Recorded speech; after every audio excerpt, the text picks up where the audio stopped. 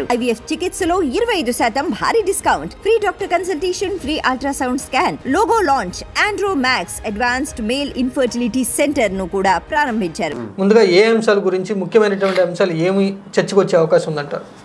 ముఖ్యమైనటువంటి అంశాలంటే ఫస్ట్ వచ్చేది ఏపీ అధీనంలో ఉన్నటువంటి భవనాలను తెలంగాణకు అప్పచెప్పటం. ఎందుకంటే 10 ఏళ్లుగా ఉమ్మడి రాజధానిగా హైదరాబాద్ ఉన్నటువంటి నేపథ్యంలో ఏపీ కింద కొన్ని భవనాలు ఉండిపోయినాయి. అది పాత అసెంబ్లీ, అలాగే మరికొన్ని ప్రభుత్వ కార్యాలయాలు. వీటిని మనం ఖాళీ చేసి వచ్చేసి ఇక్కడ టెంపరీగా ఉన్నటువంటి కొన్ని భవనాల్లో ఏర్పాట్లు చేసుకుంటం జరిగింది, హెచ్ఓడిస్. కానీ టిల్ టుడే ఇప్పటి వరకు కూడా అవి మన ఆధీనంలోనే ఉన్నాయి. మనం ఇప్పటి వరకు అధికారికంగా తెలంగాణకు వాటిని అప్పచెప్పలేదు. జగన్మోహన్ రెడ్డి వచ్చినటువంటి కొత్తల్లో వీటిని అప్పచెప్పేసేస్తాం అన్నాడు, కానీ అది జరగల. సో వాటికి స్టిల్ మనం రెంట్ కడుతున్నాం రియల్గా చెప్పాలంటే.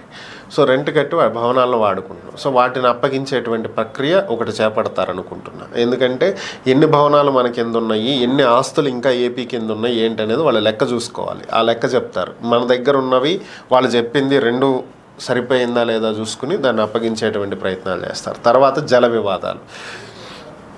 రెండు రాష్ట్రాల మధ్యలో ప్రధానంగా ఉన్నటువంటి సమస్యలు నాగార్జున సాగర్, శ్రీశైలం, గోదావరి నీటి పంపకాలు. సో ఇవే ప్రధానంగా ఉన్నటువంటి సమస్యలు. ఎందుకంటే ఇటు ఉమ్మడి ఆంధ్రప్రదేశ్లో ఉన్నప్పుడు ఏ ప్రాబ్లం లేకుండా ఈ ప్రాజెక్టులు అనేవి ఒకటే స్టేట్లో ఉండేవి కాబట్టి ఇబ్బంది లేకుండా పోయింది. ఎప్పుడైతే రాష్ట్రాన్ని విడగొట్టారో పరిస్థితి ఎలా తయారైందంటే నాగార్జున సాగర్ సగం ఏపీకి, సగం తెలంగాణకి, శ్రీశైలం సగం ఏపీకి, సగం తెలంగాణకి, ఇలా ఏర్పడినటువంటి పరిస్థితి. దీని కారణంగా అనేకమైనటువంటి సమస్యలు పవర్ జనరేషన్లో కావచ్చు, లేదంటే సాగునీటి అవసరాలకు నీటి విడుదలలో కావచ్చు, ప్రతి దాంట్లోనూ ఏదో ఒక తలనొప్పి. ఈవెన్ మనం చూసాం కదా, తెలంగాణ ఎలక్షన్ టైంలో ఏపీ పోలీసులు భారీగా మోహరించి గేట్లు ఎత్తి మనకు వాటర్ రిలీజ్ చేసుకోవాల్సినటువంటి పరిస్థితి మనం చూసాం. సో ఇలాంటివన్నీ కూడా ఇప్పుడు చర్చకు వస్తాయి. అలాగే షెడ్యూల్ 9, 10లో కొన్ని వివాదాలు ఉన్నాయి, వాటికి సంబంధించినటువంటివి చర్చకు వస్తాయి. అలానే ఏపీకి రావాల్సినటువంటి గ్రాంట్, తెలంగాణ నుంచి కొంత అమౌంట్ ఏపీకి రావాల్సింది, దానికి సంబంధించినటువంటివి, ఇలా అనేక అంశాలు చర్చకొచ్చేటువంటి అవకాశం ఉంది. వీటిల్లో ఎన్ని పరిష్కారం అవుతాయి అంటే ఇక్కడ ఇరు పక్షాలు కూడా ఒక సొల్యూషన్కి రావాలి. అంటే ఒక సాచురేషన్ పాయింట్. ఇది ఎట్లా ఉండాలి అంటే అటు తెలంగాణ రాష్ట్ర ప్రయోజనాలు కాపాడబడాలి, ఇటు ఏపీ రాష్ట్ర ప్రయోజనాలు కాపాడబడాలి. ఇప్పుడు చంద్రబాబు నాయుడు అడిగాడు కదా అని చెప్పి బ్లైండ్గా రేవంత్ రెడ్డి అన్నిటికీ తలవపడు కదా. సో ఆయన రాష్ట్ర ప్రయోజనాలు ఆయనకి ముఖ్యం. ఎందుకంటే ఆయన రాజకీయ భవిష్యత్తు అక్కడే ఉంది.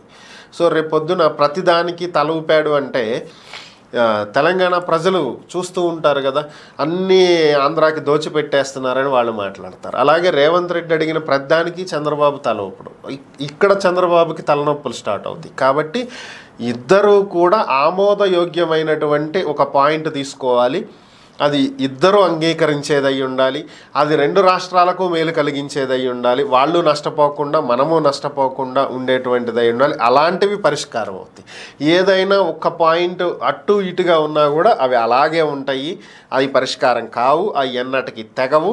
అది అలా సాగుతూనే ఉంటుంది. మరలా ముఖ్యమంత్రులు మారి ఎన్నిసార్లు మారి ఎన్ని చర్చలు జరిగినా ఫైనల్గా అవి అలాగే ఉంటాయి.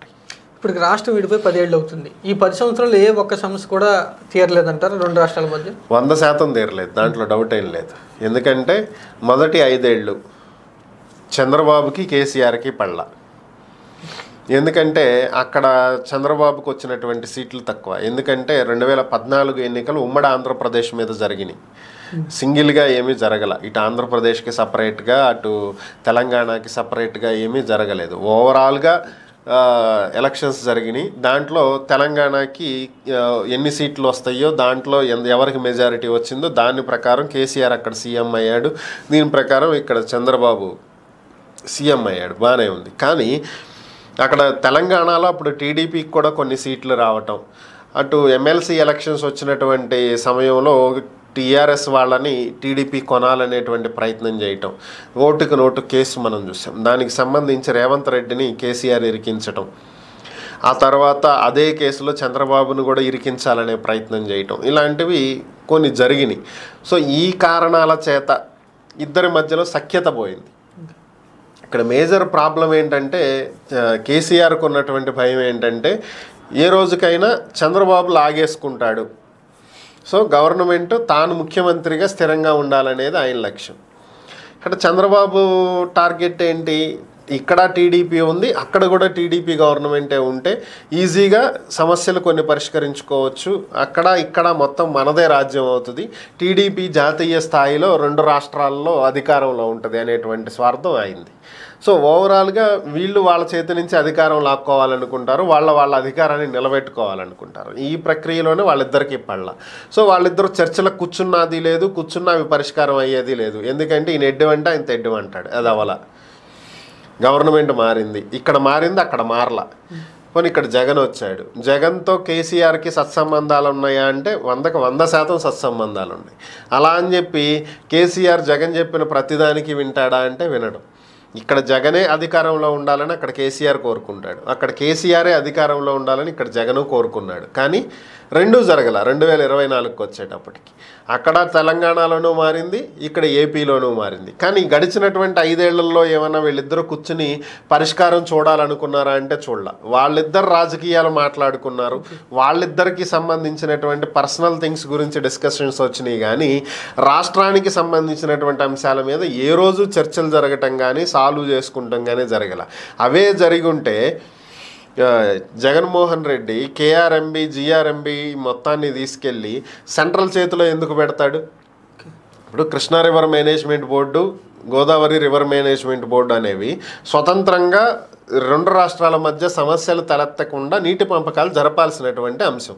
సో వీటిని ప్రాజెక్టులన్నింటినీ కూడా కేంద్రానికి అప్పచెప్పేసేయాలి, మెయింటెనెన్స్ అంతా కేంద్రమే చూస్తుందని కేంద్రం గెజిట్ రిలీజ్ చేస్తే బ్లైండ్గా దాన్ని జగన్మోహన్ రెడ్డి ఒప్పుకున్నాడు. ఎందుకు? పక్క రాష్ట్రంతో ఎలాగో ఆయన కంట్రోల్ చేయలేని పరిస్థితి, వల్ల కావట్లేదు. ఎందుకు ఈ తలనొప్పి అంతా? అదేదో కేంద్రం ఎత్తిన పడేస్తే వాళ్ళు చూసుకుంటారులే అని వదిలేసాడు. ఈ నీటి సమస్యల కోసం అనేక సార్లు 2 రాష్ట్రాలు కేంద్రం దగ్గర పంచాయతీకి పోయినాయి. ఇద్దరు అటువైపు నుంచి ఐఏఎస్లు, ఇటువైపు నుంచి ఐఏఎస్లు, వీళ్ళంతా ఇల్లు కూర్చుని మాట్లాడుకున్నారు. ఒక్క సమస్య పరిష్కారం అయిందా? అవ్వలేదు కదా. సో గత 10 ఏళ్లలో ఒక్క సమస్యను కూడా పూర్తి స్థాయిలో పరిష్కరించుకోలేదు. ఇప్పటికన్నా ఏమైనా అవుతాయేమోనని అటు తెలంగాణ ప్రజలు, ఇటు ఏపీ ప్రజలు ఆశగా ఎదురు చూస్తున్నటువంటి పరిస్థితి. ఎంతవరకు అవుతాయో చూడాలి.